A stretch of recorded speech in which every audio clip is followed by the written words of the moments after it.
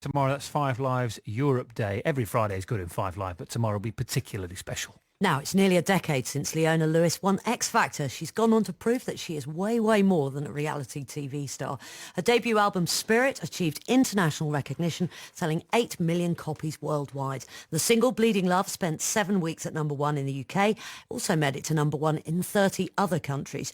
2009, she released Echo. That was her second UK #1 album, and also recorded the theme song for the film Avatar. She's back with the new album, I Am, which is going to be released later in the year. You're very welcome, Leona Lewis. Hi, Leona. Thank you. In September, Yeah. I wanted to talk to you about this first. You wrote a very personal letter, an open letter to your fans, in which you said at some points that you'd felt very depressed with the downs outweighing the ups. You said, you know, you've had real highs and real lows, that it's been a real roller coaster of a year. And you said you wanted to write it for everyone who's ever felt the same way. Yeah, I'd been getting a lot of messages from people asking me when was new music coming out, what was I doing, what was I up to, and it was kind of at the end of when I was going to leave the previous label I was with Psycho and Simon Cowell. And I just wanted to be really honest and truthful with everyone and, you know, just tell them what I was going through and what was happening. And, you know, sometimes on the outside it can look all rosy and amazing. And, you know, I just wanted to be truthful about it. There have been ups and downs and amazing highs, you know, and I've gotten to do incredible things. But also, like everyone, there are also those down points. And I just wanted to be honest about it. And the support that I got back was actually really incredible. And, you know, I had a lot of people writing to me and just expressing how thankful that they were that I was that open about the letter.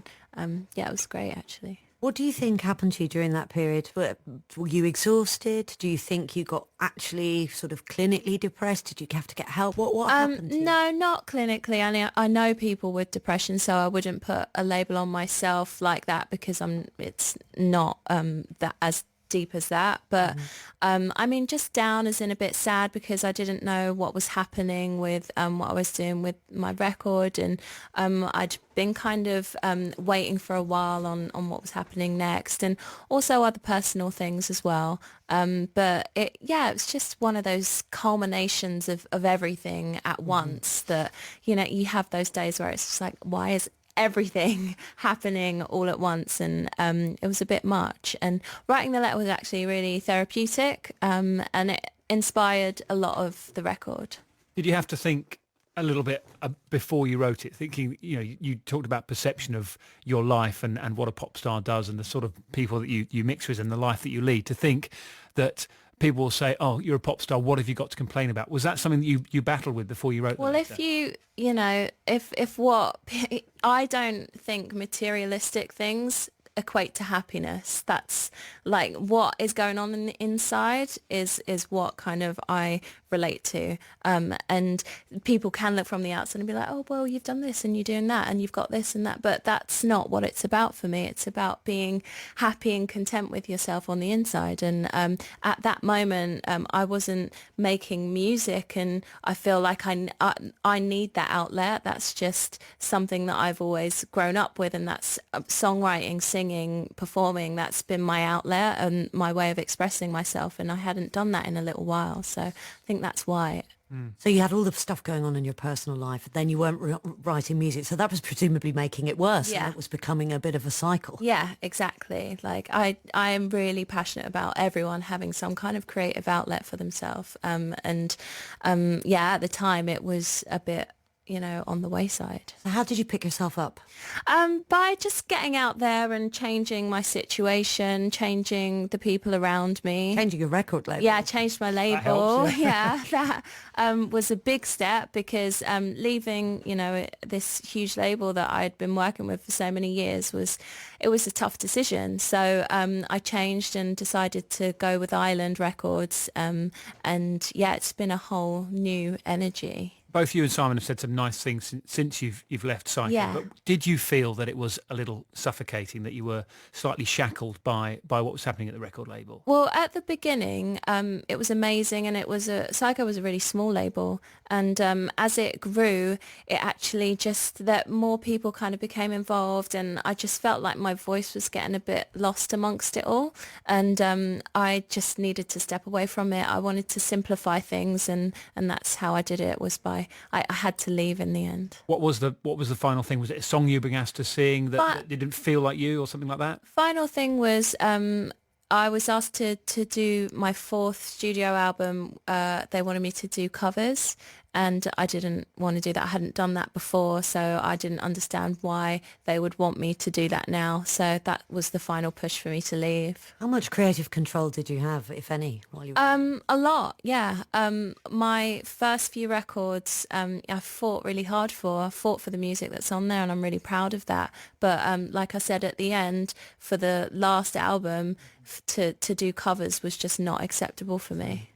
When you left, were your fans aware of you leaving? Were they quite supportive? Were they like, oh, Did they care? Yeah. They Exactly, as long didn't, as you're yeah, still like, it's releasing like, music? well, I don't care, whatever, you still got your music Making out your there. tune. But obviously for me, it's not just me, it's a whole team behind you, and, you know, all of the people involved, you want them to be passionate about it and believe in it. So switching was something that was vital to actually bringing this record But a out. risk. Yeah, Yeah. and it was a risk, yeah. You say, Leona, that music and performing the music and writing music is what really makes you tick. You're going to sing something live for us a little bit later on after the news and sport. Is that going to be I Am?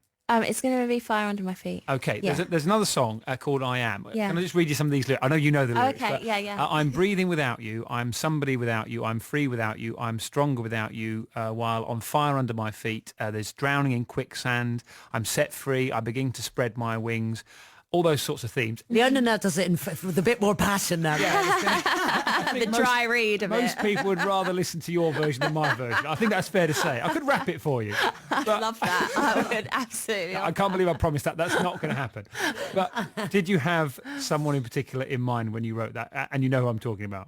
Well, that was kind of a culmination of things. It was definitely about the previous situation that I'd been in, but more about, and the whole album is about kind of not depending on anyone to define you, who you are, or what you want to do.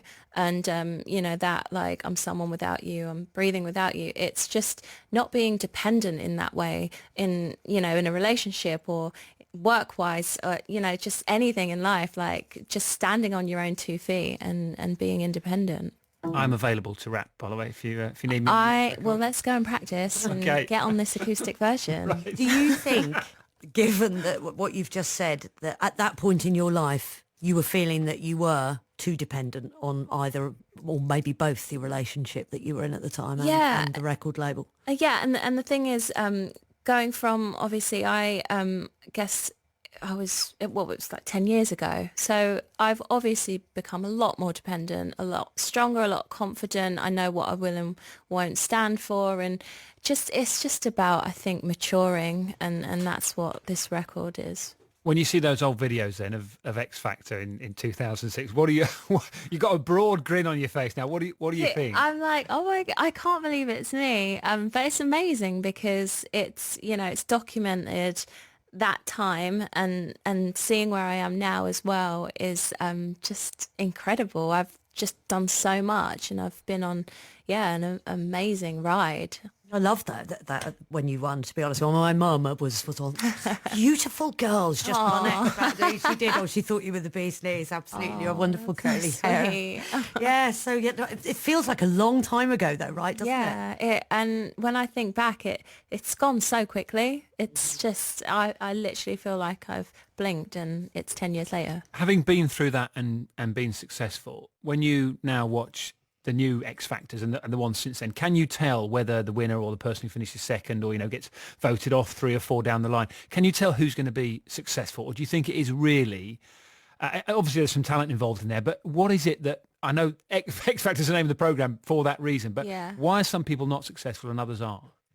I don't know really. I can only through myself, I guess, because I'd been doing music a long time before and performing, gigging a lot, I really knew what I wanted. And going into that, you can really get swept up into, doing things that other people might want. And you really have to know what you want before going in there, I think. Do you watch X Factor anymore, or The Voice, or Britain's Got Talent, or any of I'll that? watch a couple of bits when I can catch it, for sure. And what do you think? Because I think it was Simon himself, wasn't it, that recently said there's too many shows There's like a lot this now. Yeah, there is a lot now, and I guess because it's been so successful, people just want to kind of copy and paste the format. But yeah, I'll catch it sometimes. Are you happy that a dog won Britain's Got Talent? Simon, like the Likes whole dogs. time I've known him, yeah, he's obsessed with dogs, and he's obsessed with that, like making a movie about a dog and stuff. So I guess Do you think that's essentially probably he came part up of with the that reason. program because he couldn't get a dog on X? Probably, maybe, I don't know. Is that the That'll be the format? I know you don't spend the entire time you're here talking about Simon Cowell, but I do find it interesting that we had Will Young on this program as well, probably sort of 6 weeks ago, and there are those performers who've been successful who tend to follow a similar route. They start off with Simon. Obviously, there's a really good relationship there, and then you fall out and move away. And I know you're not going to go as far as Will Young, who called Simon Cowell an idiot. But why do you think there is that sort of creative difference that tends to appear sometimes? I think that a lot, if you speak to a lot of artists, a lot of artists switch labels, and it's just something that naturally happens as you progress through the years. Maybe you have a different vision, your vision changes, and creatively you kind of want to just keep true to what you're doing, and sometimes change is good. So what is this new album all about then? And how is it different from album number one? I mean, you're obviously a different person. So what are you writing differently? How are you singing differently, if at all? I feel like it's definitely coming from a stronger place, whereas a lot of the songs and lyrics on my previous album have been a bit more vulnerable, a lot about love and loss. And this album's much more uplifting, and I feel like the message behind it is very consistent with what I've kind of been going through the past couple of years. And it's just coming from a different place. I didn't want to write, sad, kind of melancholy songs. I wanted something that was going to uplift me and the people around me. So that's where it came from. Need a bit of rap. And a bit of MCing. It's tended to be about shy, but it's clearly something that I'm only you've messing you. He's been thinking about it, for a Leona, for a while. while. Why don't you go on Britain's Got It's Talent? a very private thing between me and my shower head. Okay? So tell us a little bit about something that I had no idea that you were into until I started researching for this interview, which is about animal rights. Why are you so passionate about that? How did it start? Well, I have been a vegetarian for, since I was a kid, and I've got into different campaigns and always, protesting for animal rights. And I did a big campaign with the Body Shop, and that kind of marked the ban on European animal testing. And it's just always been something I've been really passionate about. I've got a sanctuary in Essex as well, where we rescue, we've got about 200 animals there. We rescue a lot of horses and different animals from abuse situations. So Because obviously the situation with horses and various animals, when the crisis hit, the financial crisis hit, so many people got rid of all their animals really quickly. people Horses couldn't afford- really. Yeah, that's the thing, and they're such a big animal. It's not like a dog where they can be rehomed pretty quickly, even though that's still difficult. Horses is a whole another story.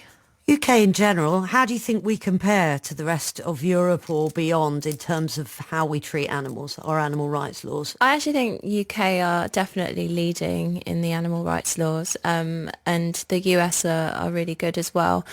So we're definitely the ones that are setting examples, but there can still be a lot more that can be done. And for me, it's all about changing laws. Well, that's what I wanted to ask you next, because if the Conservative Party go to bring back fox hunting, what were you going to do about it? That's going to be a sad thing. I feel like we really made such a progressive step, and that's just taken a step backwards. Would you protest against it? Yeah, definitely. Yeah, of course. How's this song? I've written a couple of those, yeah.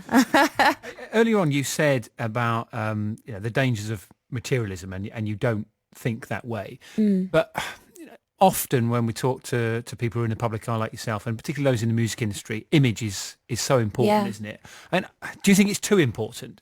Do we focus on it far too much? Yeah, I do think so. And that was a standpoint for me, was stripping a lot back on this album. And even if you watch the video for Fire Under My Feet, it's really stripped back. And I've got real life characters in the video that have kind of overcome obstacles. Like I've got an athlete that doesn't have the lower half of her limbs and is doing amazing things and achieving amazing things. And I feel like, you know, the message behind things gets lost in amongst, you know, the hair and the makeup and the clothes. And that's nice to add on, but it's not what it's about. And sometimes it is becoming about that, which is just not quite right. And sometimes when you're in the middle of that, it must feel a little false at times, does it? Yeah, of course, because it's not about that. And It's so competitive, isn't it, as it is well? very And you're Everybody's doing Yeah. it, and they're saying, well, they're doing it, you've got to do it as well. Well, that's the thing. Everyone's doing it. So actually it's time to step back and away from that. And I feel actually now when I'm even looking in magazines and things are actually stripping back a lot. Like, you know, the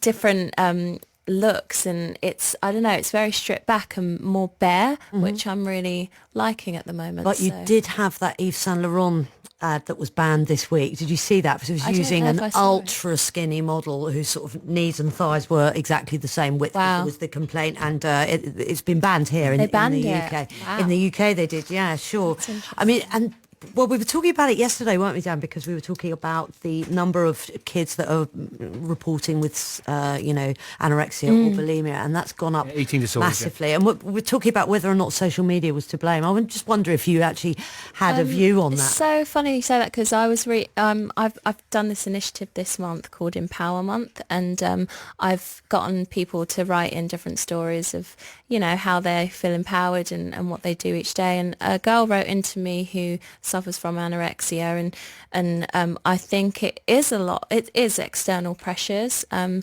she wrote in and she says her saviour's music, and that's what gets her through her day. And you know, she's really hopeful that she's going to be able to recover. So that is prevalent. I get a lot of letters from girls that are suffering from that, and it's so scary to think that, you know, those external pressures are having that effect on young girls. It's really, really sad. What do you say to them?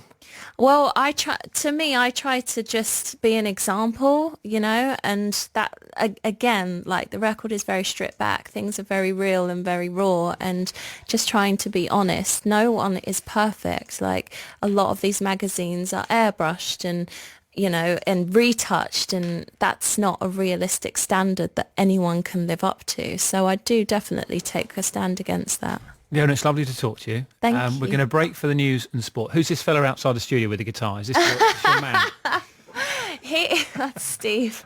He's not a threat to you, Dan. He doesn't rap. We had somebody in with a ukulele yesterday. So as Oh, you, that's cool. Ukulele. Amanda Palmer was did a cool. full 9-minute ukulele song. So Wow. you're going to sing Fire Under My Feet. I am. Which It's only is in 3 our, minutes. Our sort of that's good news. This is in our next door studio. So we're going to take a break for the news and sport. We've got Jodie Picoult and her daughter Samantha Van Leer coming up as well. We're going to get the news. Chris is here with the sport. And then after that, Leona Lewis is going to sing live on 5 Live. Thanks for coming in. Thank you so much. Thanks, for having Leona. me. It's just gone 2:30. On